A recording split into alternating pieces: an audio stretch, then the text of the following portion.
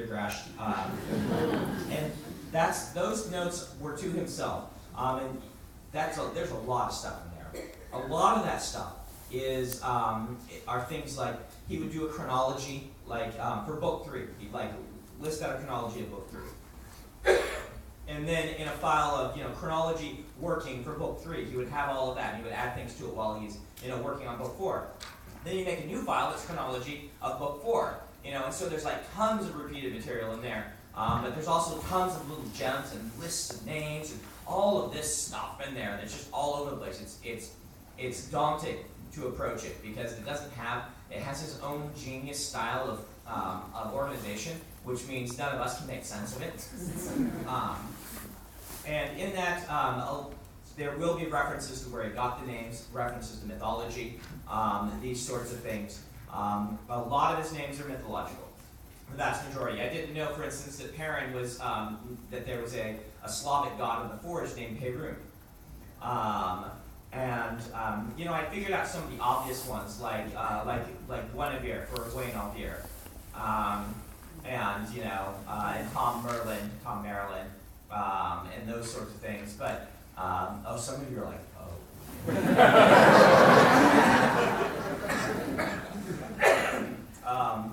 Thor. Some of them are fairly obvious, some of them are less. Nynaeve is Nineveh. And Aes Sedai is Sidhi. Can someone pronounce that? It's Gaelic. She. Do you say she? Anyway, the Fae folk in Gaelic is spelled like Sidhe or something like that, and that's where Aes Sedai came from. Angreal is the Holy Grail, the Grail, things like that. But a lot of them actually came from, he was trying to indicate that this was our world and the past or the future, maybe. And so he would use the names of people he knew. He would use the phone book, Harriet said, where he would just troll through the phone book trying to find names. There is an Odier Street in Charleston. And I passed Harriet Stride, and I looked over, I'm like, and she was smiling on the side, wondering if I would notice Odier Street. And so she actually told me once, like, his bottle of medicine gave a name, and I can't remember what that is, but you can find that in the interview database. And like his washing machine brand, it became another name. He was just grabbing names wholesale like a thief everywhere he could find them. In order to give those names that had a feeling of something you remembered or knew but couldn't quite put your finger on, that's what he wanted. And that's where a lot of the names came from. Mm-hmm. Yeah. Is there a complete prophecy of the dragon? There actually isn't. I'm sorry. I wish that there were, but there isn't a complete one. He did not want to nail it all down just in case he needed to add something to it. This is a writer trick that we do. And if he did write it all down or have it all in his head, it's not in the notes. Sorry. All right, right back there.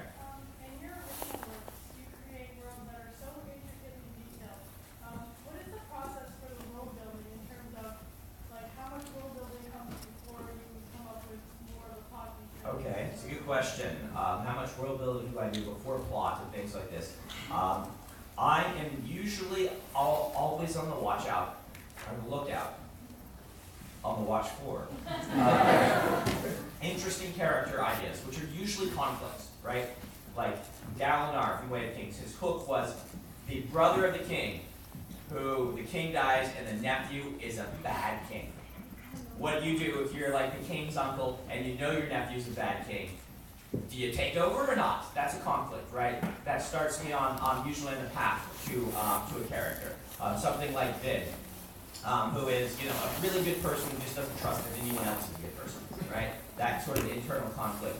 I'm always on the lookout for an interesting world idea. Often these have to do with something about the setting, the physical setting, the magic. It's often magic for me, but it's often things like Way of Kings, the High Storms was one original idea. But these are all happening separately, and I'm looking for plot ideas. And I will have these bouncing around in my head separately. And it's not till they start to combine that you start to have a book for me. The one I can really point out on this board how this happens. For instance, I was developing a magic when I was in high school. I'm an insomniac. I have trouble sleeping a lot of nights. And so this was really bad in high school when you can't just get up when you want to go to bed when you want. And I would be sitting in class exhausted thinking, why can't I be this tired when I want to go to bed? If only there were a way I could store my tiredness in some sort of charm and then use it when I want it. And that became the inception of a magic system that I began working on. Separately, another magic system I began working on was where I saw a certain film that was using telekinesis, and it was really kind of hokey. It looked hokey to me. The things were just flying back and forth. And I'm like, it would be more interesting if the telekinesis were based on kind of more effective physics. That you're pushing away from yourself or pulling toward yourself using centers of gravity and mass. It would be more interesting to me to watch. It'd be more interesting to play with as a magic system. So I was developing this pushing and pulling mechanic separately. And then I saw one of the Harry Potter movies, and I thought, man, these Dark Lords never get a break. And it's always these furry-footed British dudes that destroy them, or some kid who just is, they never get a break. What if the Dark Lord won? Could I write a book where a young plucky protagonist went on a quest and then failed? I figured that would probably be a downer of a novel. And so I just filed it away in the back of my head until I decided I wanted to do a fantasy heist novel, which is another plot hook that got me going. It's the idea of, hey, I love heist novels that work really well in a fantasy book where you could have every character have a different magic talent. They all work together. It's like, Mission Impossible with magic. And I started designing this, and I thought, hey, this could take place in that world where the Dark Lord won, and they'll rob the Dark Lord, right?